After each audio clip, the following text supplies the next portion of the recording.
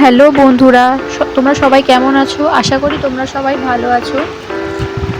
তো সাইট সিনটা দেখতেই তোমরা বুঝতে পারছো যে আমরা কোথায় এসেছি।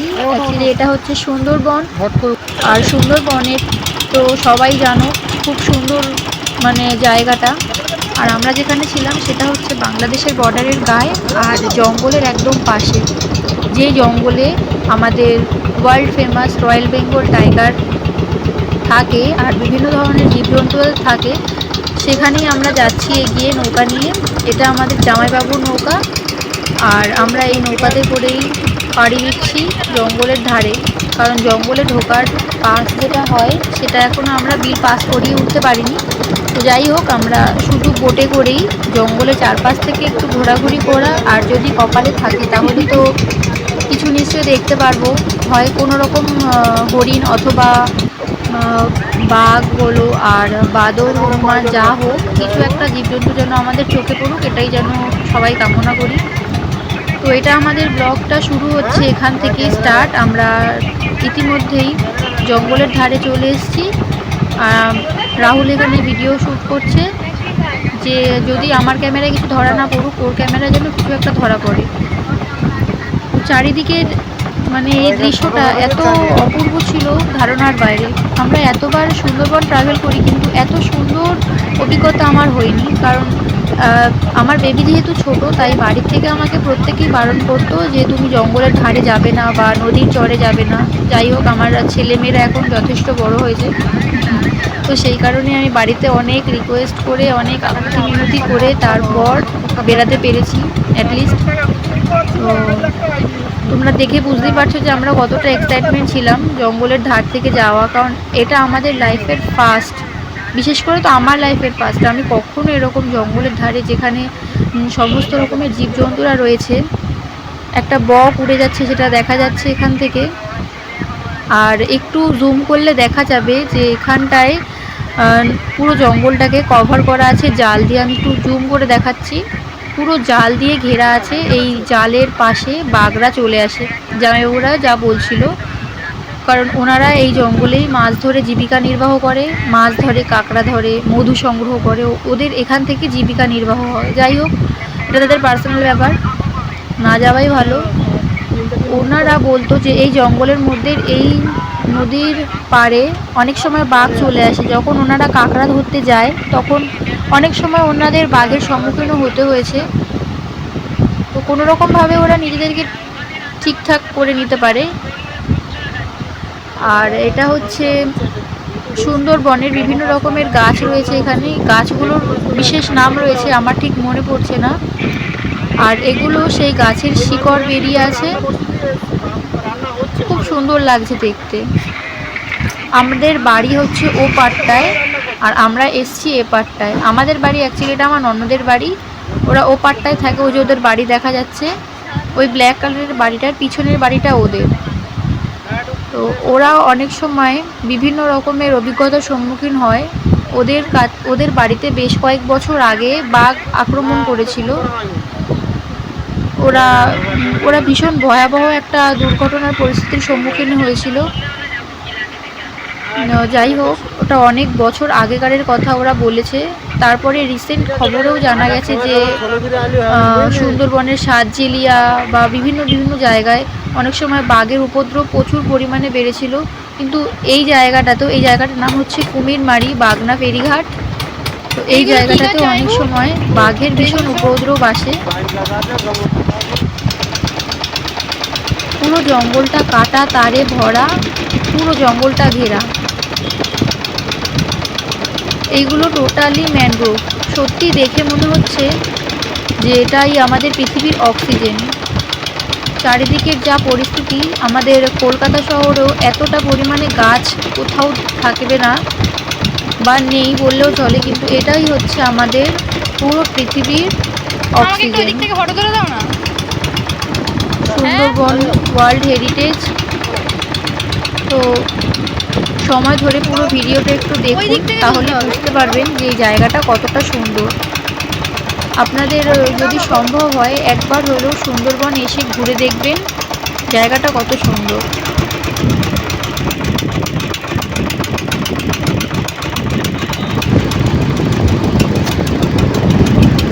দেখতে দেখতে আমরা প্রায় অনেকটাই পথ চলে এসেছি জঙ্গলের পাড় থেকে। আর এটা হচ্ছে বনবেবী মন্দির, জঙ্গলের এটা হচ্ছে একটা বনবেবী মন্দির। আপনারা অনেকেই শুনেছেন যে বনবেবীর পুজো হয়, যিনি বনকে রক্ষা করেন, জীবজন্তুদের ভগবান। যেরকম পশুপতিনাথকে আমরা পুজো করি, সেরকমই বনবেবীকেও আমরা পুজো করি। আর চারিদিকে পুরো এই মন্দিরটা পুরো জঙ্গলের মাঝখানে আছে। এখানে ফরেস্টার অফিসাররা বা যারা মাছ ধরতে আসে তারা এখানে পুজো আচরা করে, যাতে মা বনবেবী তাদের সহায়। ওইখানে দূরে একটা দেখা যাচ্ছে মুরগি মরে পড়ে আছে। হয়তো অনেক সময় বাজারে উল্টো সাইডে বাজার, মানে নদীর উল্টো দিকে বাজার আছে, তো ওইখানে অনেক সময় কোনো মুরগি যদি মারা যায় তখন তাকে নদীতে ফেলে দেওয়া হয়। সেই নদী থেকে ভেসে অথবা কোনো কিছুর মাধ্যমে মুরগিগুলো একটা পাড়ে চলে যায়। যখন জোয়ার আসে তখন পাড়ে উঠে গিয়ে কোথাও থাকে। তো সেই মুরগিটা আমরা দেখতে পেলাম, এখানে দেখা যাচ্ছে এখনো পর্যন্ত। এটা আমাদের ভাগনা, সেও প্রচণ্ড এক্সাইটেড, কারণ সেও অনেক বছর পর এসছে নদীর পাড়ে আমাদের সাথে। এখানে বিভিন্ন রকমের শিকড় সব উঠে দাঁড়িয়ে আছে শ্বাস নেওয়ার জন্য, কারণ এটি যেহেতু লবণাক্ত মাটি, তো সেই কারণে এখানে গাছের শিকড়রা ঠিক মতন অক্সিজেন নিতে পারে না। তো সেই কারণেই শিকড়গুলো মাটির উপরে থেকে বাতাসের মাধ্যমে অক্সিজেন নেওয়ার চেষ্টা করছে। একটা লঞ্চ চলে যাচ্ছে দেখা যাচ্ছে, এটা অবশ্য ট্যুরিস্ট লঞ্চ। আর নদীর ওপারটা, ঠিক ওপারটা যে আইল্যান্ডটা দেখা যাচ্ছে ওটা হচ্ছে বাজার, কুমিরমারি বুধবার বাজার সম্ভবত, আমার ঠিক মনে পড়ছে না। তো চলো দেখা যাক আর কত দূর যাওয়া যাচ্ছে।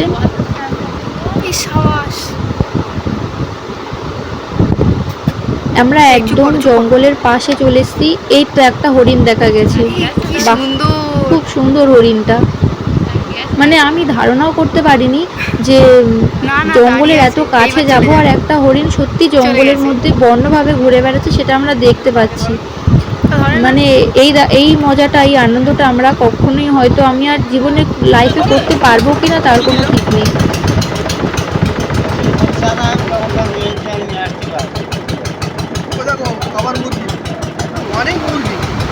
দেখতে দেখতে আমরা অনেকটাই পথ চলে এসেছি এখানে।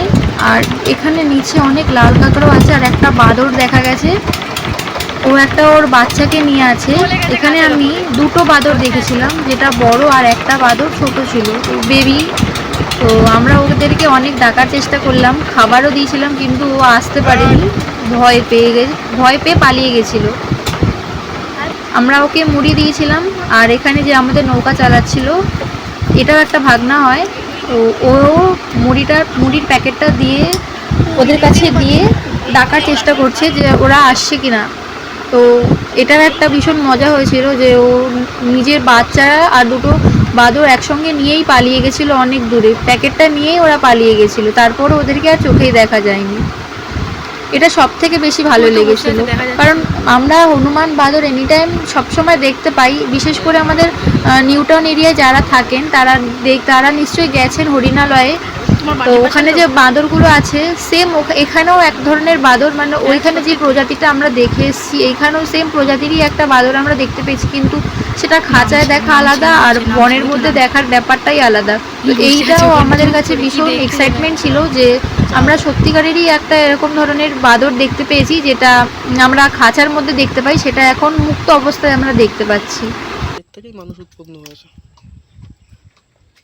শুধু আমাদের লেজটা নি, মুরগির হাড়টা দিয়ে। তাছাড়া সেম মুখের কাটিং দেখবে মানুষের মতন। ও আসবে না, আমরা যতক্ষণ না চলে যাবো আসবে না। এটা ওদেরও তো ভয় আছে না।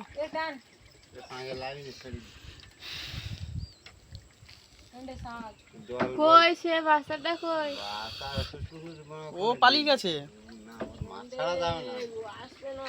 ও আসবে না। আমরা এত কথা বলছি না, ওই জন্য আর আসবে না। তোমার ভাই ওই যে আমরা যেখানে গেছিলাম ওই জায়গাটায়। আর এরা তো জঙ্গলি মাল, আর ওরা কি বলতো, মানে কি বলতো সকাল সময় ওখানে লোকালিটি হয়ে গেছে, তো মানুষ দেখতে দেখতে চিনে গেছে। আর এরা পুরো জঙ্গলি মাল, এরা ভয় পাবে প্রচুর। চলো চলো, আচ্ছা আমার কিচ্ছু বলবে না। নিয়ে যদি ওঠে তো তখন ঠেকাবে কেরা? আর অনেক লোক আছে ঠেকানো। যা আসা তো নেই ওসব নিয়ে। তো হরিণ দেখালাম, বান্দর দেখালাম, আর হ্যাঁ সেটাই, ক্যামেরায় না ওটা চোখে তো দেখতে পেয়েছি, আবার কি। হ্যাঁ এরকম মুরগি আরেকটা এখানে পড়ে আছে। দেখেছি, ও তখন নিতে যাচ্ছিল। এইবার আসবে না, এইসব মুড়ি সময় এমনি মুড়ি টানা রাখবে না, খাবে। সব খাবে, চানা চুলো খেয়ে। আগে শুকিয়ে শুকিয়ে দেখবে। পাশ থেকে গেলে পরে অনেক কিছু দেখা যায়। হ্যাঁ আর ফরেস্টারে তো বুঝতে পারতাম যে বাঁদর হরিণ সব জায়গাতে চলে আসবে। পারবে না। ও ফরেস্টারে উঠতে হবে না এখন, বোনকে নিয়ে আসবো তখন উঠবো। তোমরা আসো, আলি ওই শনিবার করতে পারবে। কি একটা ডাকছে, আর এইটার আওয়াজটা ইকো হচ্ছে। না না কি একটা ডাকলো। বোনকে না, তোর বাবা মাকেও নিয়ে আসবে। বুঝলে?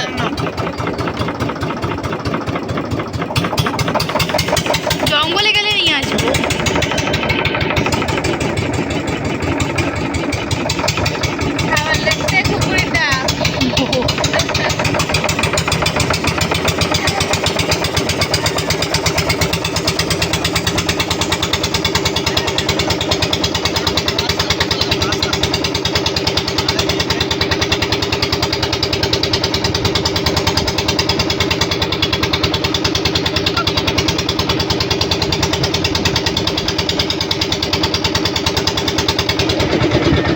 ছোট ছোট করে চালাতে হবে, হ্যাঁ। আর এখানে দেখা যাবে। পাল ঢেলে কিলোতে রাখছি, বাড়ি করছে। ফরেস্টারের সামনে। এখানে খড়ি গাছ ছিল, টক গাছ ছিল, তা খুব সুন্দর।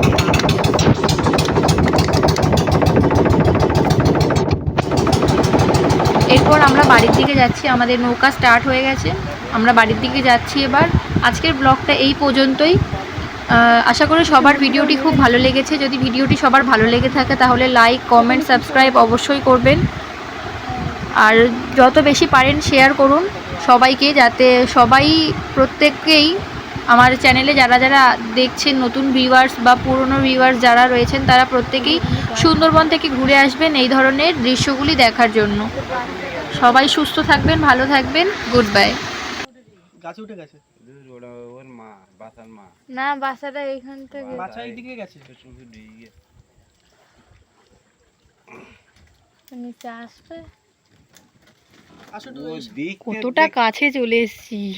দেখতে যে কি দেখছে ও। ওই দেখো, ওই দেখো। হাতেতে পয়সা কেটে দেখে